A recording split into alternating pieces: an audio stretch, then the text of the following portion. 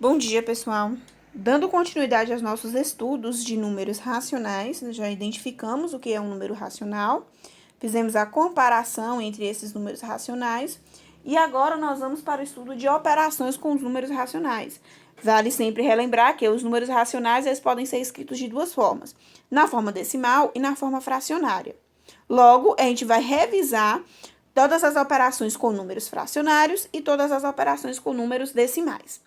O livro, na página 115, vai trazer 3 situações.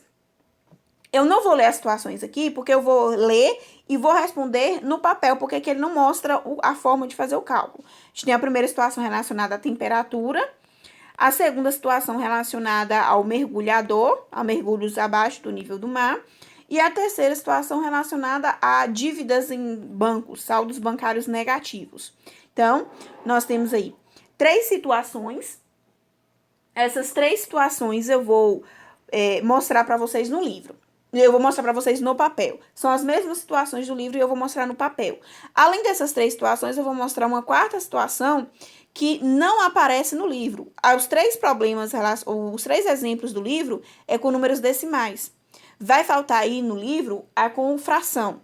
Aí eu vou fazer essas 3 situações do livro no papel, mais uma quarta situação relacionada com operações com números fracionários. Aí vocês acompanham pelo vídeo. Lá no livro, nós temos lá 3 situações envolvendo adição e subtração com números racionais.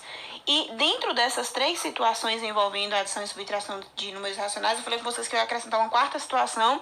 Essa daqui não é a situação do livro, porque as 3 situações do livro eram com números decimais. Só que nós vimos que os números racionais, eles podem ser escritos na forma de decimal e na forma de fração. Lembrando também que é uma revisão essas operações. Aqui nós vamos revisar o que foi estudado no ano anterior, que são as operações com números fracionários e as operações com números decimais. Só que no ano anterior foi uma unidade para cada. Foi uma unidade para fração e uma unidade para decimal. Agora a gente vai revisar as duas regras juntas. Então, a situação 1 dizia o seguinte, que vocês podem estar acompanhando lá pelo livro. Nas férias de julho, Bruno viajou para uma cidade muito fria. Na noite em que ele chegou à cidade, os termômetros marcavam menos 2,7 graus. Na noite seguinte, a temperatura caiu 1,6 graus. Qual foi a temperatura na segunda noite? Então, eu já montei aqui, igual está montado lá no livro. Como é que a gente vai fazer essa continha aqui? Ele chegou, a temperatura estava 2,7. Na noite seguinte, a temperatura caiu. Então, observe, eu vou pegar a temperatura que estava mais o valor que caiu. Se a temperatura caiu, ela é negativa. E aí, a gente vai usar aqui a mesma... Primeiro, para tirar o parênteses, a gente vai usar a mesma regrinha que a gente utilizava com os números inteiros. O que a gente fazia aqui? Quando eu tenho 2 sinais, eu preciso fazer o quê? Quando a gente tem 2 sinais, a gente vai fazer o jogo de sinal. Aqui eu não preciso de jogo de sinal, ele continua sendo menos 2,7. Mais com menos 1,6. Aí eu vou utilizar... até então, a regrinha que eu estou utilizando aqui é a mesma regra de números inteiros. Quando eu tenho 2 dívidas, aqui é como se eu devesse 2,7 e devesse 1,6. Quando eu tenho 2 dívidas, o que eu vou fazer? Eu vou somar essas 2 dívidas e a minha dívida vai ser maior. Então, eu já sei que aqui eu vou continuar com o menos. A temperatura vai continuar negativa. Como é que a gente faz a operação com números decimais? Eu vou armar a conta com vírgula embaixo de vírgula. Então, vai ser 2,7 e 1,6. Vírgula embaixo de vírgula.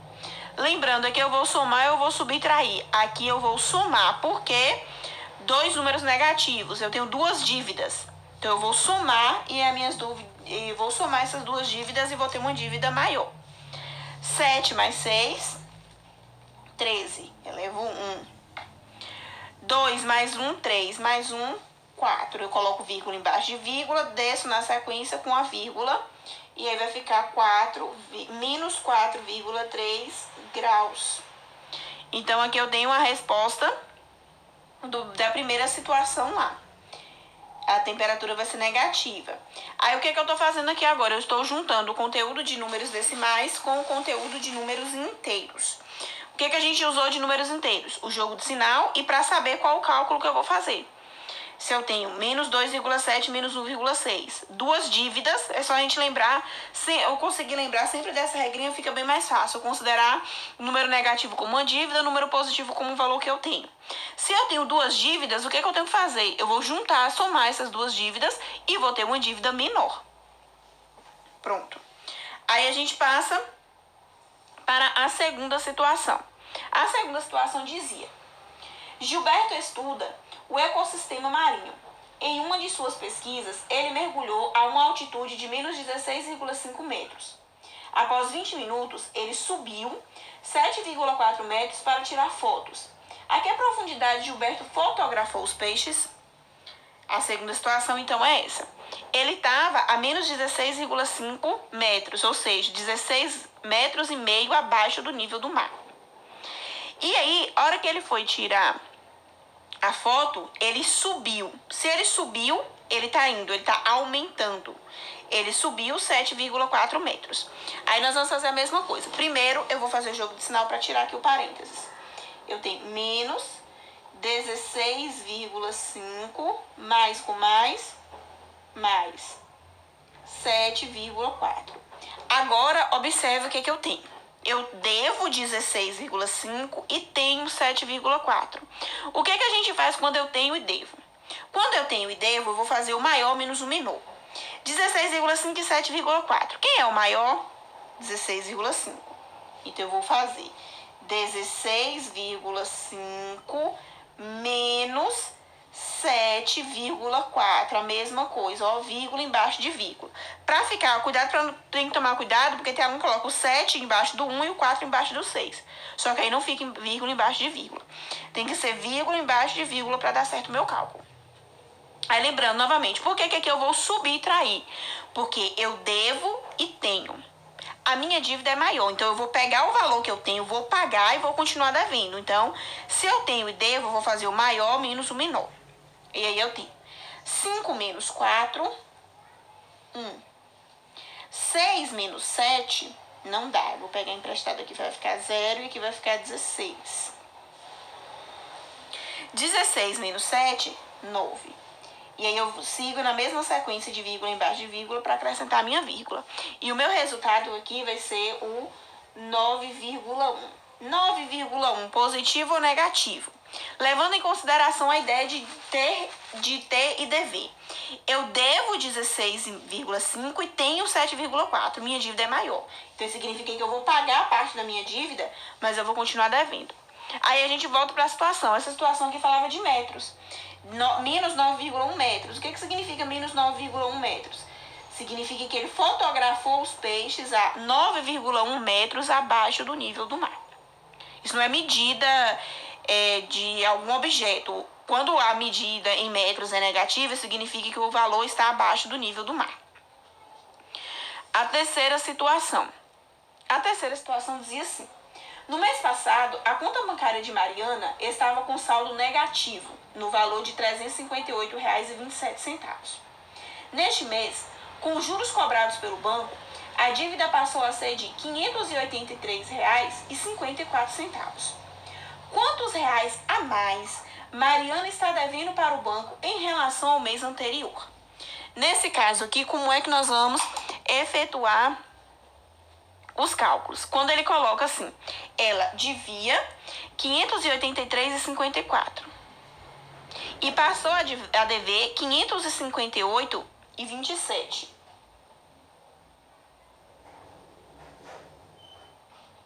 Não, 300, isso. Ela devia, de início, ela devia 358,27. Primeiro ela devia 358,27. Depois ela passou a dever 583,54. Então o que eu vou fazer? Eu vou pegar o valor que ela passou a dever e vou subtrair do valor que ela devia antes, para mim saber quanto foi que aumentou a dívida dela. Por exemplo, vamos colocar isso em números inteiros. Ela devia R$ 7 e depois passou a dever R$ 10. Como é que eu sei, como é que eu faço para saber quanto foi que a dívida dela aumentou? Eu vou fazer R$10, que é o que ela passou a dever, menos 7, que é o que ela devia antes. Então, a dívida dela aumentou R$3. Porque a gente vai fazer a mesma coisa. Vou pegar o valor maior, que é 583, e vou subtrair pelo valor menor, que é 358. Aqui, observe que eu tenho um sinal de subtração duas vezes. Por quê? Eu quero fazer uma diferença. A diferença entre os dois valores é o menos. Só que esse valor ele é negativo, por isso que precisa dos dois sinais. Primeiro, nós vamos fazer o jogo de sinal. Esse aqui continua menos 583,54, menos com menos, mais 358,27. A mesma coisa da segunda situação. Eu tenho um número positivo e um número negativo.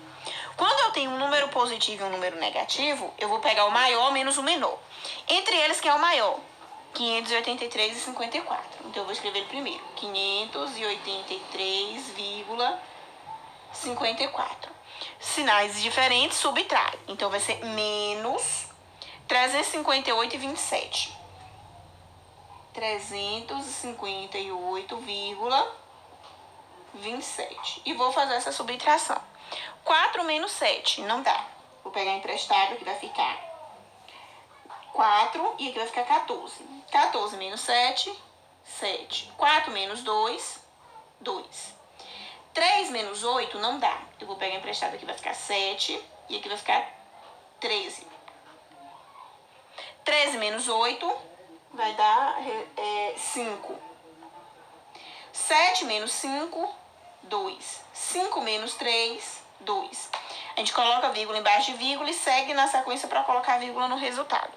Então, o meu resultado vai ser o 225,27. Positivo ou negativo? Aí eu vou olhar, quem é o meu maior número? 583. O 583 era o quê? Era negativo, então minha resposta também vai ser negativa. Isso daqui é valor monetário. Por quê? O que significa valor monetário negativo? Significa que a dívida dela aumentou R$ 225,27, porque era uma dívida, por isso que o meu valor vai ser negativo. Então, de um mês para o outro, a sua dívida aumentou R$ 225,27. Então, observe que a gente está aplicando aqui as duas regras.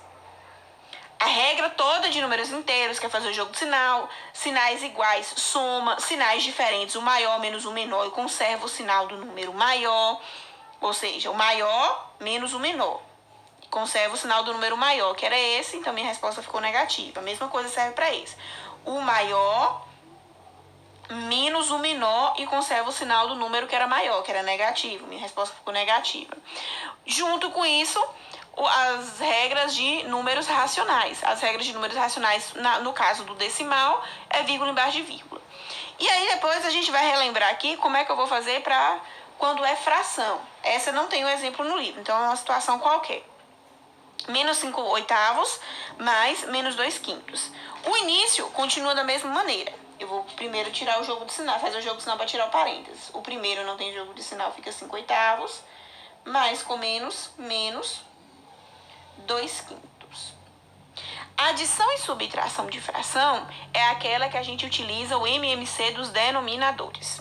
Então, como é que a gente vai fazer? Primeiro, eu vou calcular o MMC. Quais são os denominadores? 8 e 5. Lembrando que lá no iniciozinho dos nossos estudos deste ano, a gente revisou esse cálculo de MMC. Então, MMC de 8 e 5. O MMC é feito pelos números primos. Eu vou começar a dividir por 2.